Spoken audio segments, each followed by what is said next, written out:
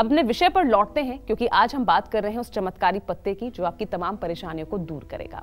अगर आपको भी ऐसा लगता है कि किसी की बुरी नजर आपके घर पर है, विरोधी आपको परेशान कर रहे हैं, जिस वजह से आपको या आपके परिवार को ढेरों मुश्किलों का सामना करना पड़ रहा है, तो ऐसे में केले का पत्ता, जी हाँ, केले के पत्ते से जुड़ा कौन सा उपाय है, पंडित जी से जान लेते हैं। पंडित जी, हम बात कर रहे हैं चमत्कारी पत्ते की और वो है केले का पत्ता। बताइए पंडित जी। देखिए, ऐसा होता है कि जब आप संसार में आए हैं तो नाना प्रकार की परिस्थितियों का सामना करना पड़ता है। उसमें एक परिस्थिति होती है कि कुछ लोग बेवजह आपको परेशान करने की कोशिश करते हैं। आपकी प्रगति देख करके, आपका पुरुषार्थ देख करके, आपकी यश कीर्ति देख करके, आपका धन दौलत देख करके लोगों के मन में ज्वेलसी होती है, जलन होती है, ईर्ष्या होती है और वो आपको परेशान करने की कोशिश करते हैं। अगर ऐसा आपके साथ भी हो रहा है या किसी की बुरी नज़र लगी हुई है, कोई आदमी आपके घर में आते हैं और उन लोगों के जाने के बाद आपके घर में विपत्तियां शुरू हो जाती हैं, तो आप मान के चलिए कि आपके घर पर बहुत तेज लोगों की हाय और नज़र दोनों लगती है। आपके शरीर में नकारात्मक ऊर्जा बहुत ज़्यादा हो गई है, चेहरे पर हंसी ही नहीं रहती है, चेहरा एकदम काला पड़ा रहता है, सेहत खराब रहती है, हर काम में विघ्न उत्पन्न होता है। तो भैया, एक छोटा सा उपाय आपको बताना चाहूँगा। शनिवार को लाल चंदन घिस लीजिए। लाल चंदन की लकड़ी पंसारी के दुकान से खरीद करके उसको पत्थर पर घिस करके थोड़ा सा चंदन एक कटोरी में उठा के रख लीजिए और केसर को भी घिस लीजिए और हल्दी को भी घिस लीजिए। उस थोड़ी सी आधे चम्मच शहद डाल दीजिए और सब चीज़ों को मिला लीजिए। मिलाने के बाद एक सुंदर सा केला का पत्ता, उसे चौकोर काट करके उस पर भैरव यंत्र बना दीजिए। भैरव यंत्र यंत्र संग्रह नाम की पुस्तक में आपको मिलेगा, या भैरव उपासना पद्धति की जो किताब है उसमें आपको भैरव यंत्र बना हुआ मिलेगा।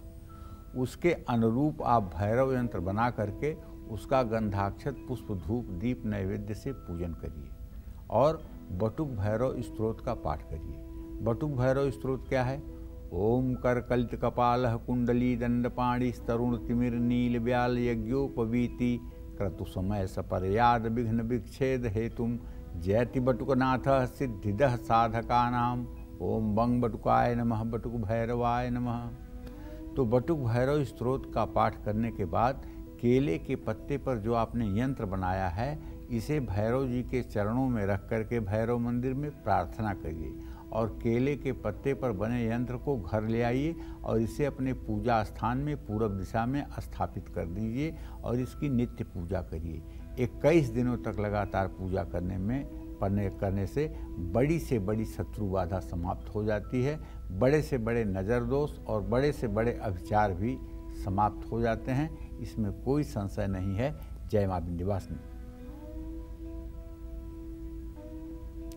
तो चलिए अब अपनी चर्चा को आगे बढ़ाते हैं और बात आपके वैवाहिक जीवन को लेकर, यानी अगर आपको मनचाहा जीवन साथी पाने में मुश्किलें आ रही हैं या फिर शादी हो गई है लेकिन बेवजह झगड़े बढ़ते जा रहे हैं, तो केले के पत्ते से जुड़ा कौन सा वो महा उपाय है? चलिए पंडित जी से जान लेते हैं। पंडित जी, वैवाहिक जीवन में संतुलन बना रहे, सुख शांति बनी रहे, केले के पत्ते का क्या महा उपाय है? प्रायः कुंडली के 12वें भाव में, प्रायः कुंडली के 7वें भाव में जिनके बृहस्पति होता है, उन लोगों के विवाह में देरी होती ही होती है। अगर वो उच्च का न हो और शुभ ग्रहों से दृष्ट न हो और ख़ास करके पापग्रहों की राशि में हो तो विवाह में बहुत विलंब होता है। ऐसे लोगों का विवाह 32 वर्ष की उम्र के बाद होता है और 32 वर्ष की उम्र तक जब लड़कियों की शादी नहीं होती है तो माता पिता की हार्ट बीट बढ़ जाती है, क्योंकि शादी न होने का जो दर्द होता है वो पिता को महसूस होता है, माता को महसूस होता है, बच्चे को नहीं महसूस होता है। उनके लिए एक एक दिन काटना मुश्किल हो जाता है। अगर आपके भी बच्चे के विवाह में नाना प्रकार की परेशानियां आ रही हैं, रुकावट आ रही है, वैवाहिक जीवन में विवाह हो गया है और कलेश बढ़ रहा है, तो आपको चाहिए कि आप लाल चंदन की लकड़ी खरीद कर उसको पत्थर पर घिस करके उसका चंदन उठा करके एक कटोरी में, और केसर को भी घिस करके, हल्दी को भी घिस करके, उस शहद के साथ उसका घोल बना करके मंगलवार के दिन केले का पत्ता साफ सुथरा काट करके और उसके ऊपर आपको विष्णु यंत्र बनाना चाहिए। अगर विष्णु यंत्र आप नहीं बना सकते हैं तो केवल ओम लिख दीजिए। क्या लिख दीजिए? ओम। इसी में भगवान विष्णु हर समय रहते हैं। एतद्वय अक्षरम ज्ञात्वा ब्रह्मलोके महीयते। ये ओंकार ही भगवान विष्णु का स्वरूप है। ओम लिख दीजिए।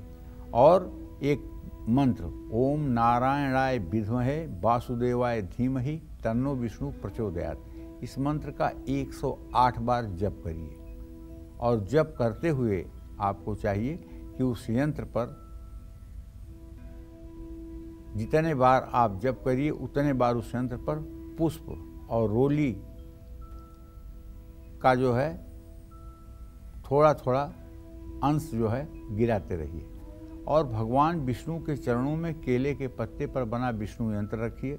केले के पत्ते पर बने विष्णु यंत्र को घर में उत्तर दिशा में स्थापित करके 40 दिनों तक लगातार उसकी पूजा करिए। उसके बाद उसको जल में विसर्जित कर दीजिए। इससे विवाह में आ रही देरी भी ठीक होगी और घर में अगर सुख का अभाव है तो घर में सुख संपन्नता भी आएगी। जय मां विंध्यवासिनी। अर्थात दर्शन देते हैं, इसमें संदेह नहीं। और ऐसा जातक रिद्धि सिद्धि से परिपूर्ण हो जाता है और उसका दर्शन करने से लोगों के पाप दूर हो जाते हैं। लेकिन ये अजपा जप होना चाहिए, श्वास पर जप होना चाहिए और आपका ध्यान हर समय उसी नासिका के अग्रछिद्र पर होना चाहिए जिस नासिका से स्वर चल रहा हो। अगर बाईं नाक से श्वास चल रही है तो बाईं नाक के छिद्र पर, दाहिनी नाक से सांस चल रही है तो दाहिनी नाक के छिद्र पर ध्यान करके रा से श्वास को भरेंगे, म से श्वास को निकालेंगे। रा म, एक माला बढ़ जाए, एक दाना बढ़ा दीजिएगा माला में। ऐसे 108 दाने की माला 12,000 मंत्रों का जप पूरे दिन में करना है। लगभग 8 से 9 घंटे का समय लगता है इसमें। और दिन में फलाहार करिए, सायंकाल अल्प भोजन कीजिए और एकांत में शयन करिए, ब्रह्मचर्य का पालन करिए। मिथ्या, झूठ और सांसारिक कर्मों से अपनों को दूर रखिए। कलयुग में सिर्फ 1 वर्ष में प्रभु श्री राम दर्शन देते हैं, इसमें कोई संशय की गुंजाइश है ही नहीं है। आप ऐसा करके देखिए। राजा बाबा जो विजयपुर एक स्थान है मिर्ज़ापुर जनपद में, वहाँ वो जंगल में साधना करते थे और उनको कहते हैं प्रभु की सिद्धि थी।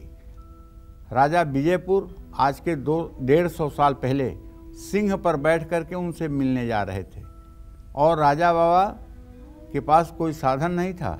राजा बाबा ने जिस पत्थर पर वो बैठे थे उस पत्थर से कहे कि चलो तुम जरा राजा साहब की अगवानी करो।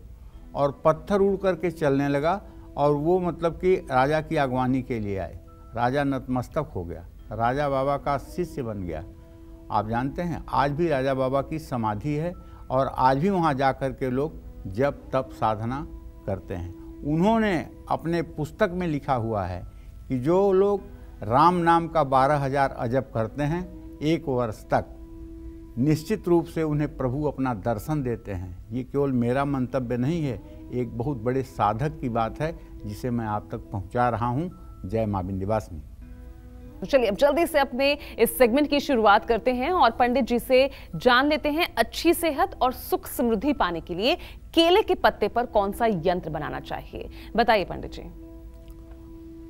देखिए, बार बार अगर आपके जीवन में दुर्घटना हो रही है और दुर्घटना छोटी हो रही है, आप सेफ बच रहे हैं लेकिन नुकसान हो रहा है।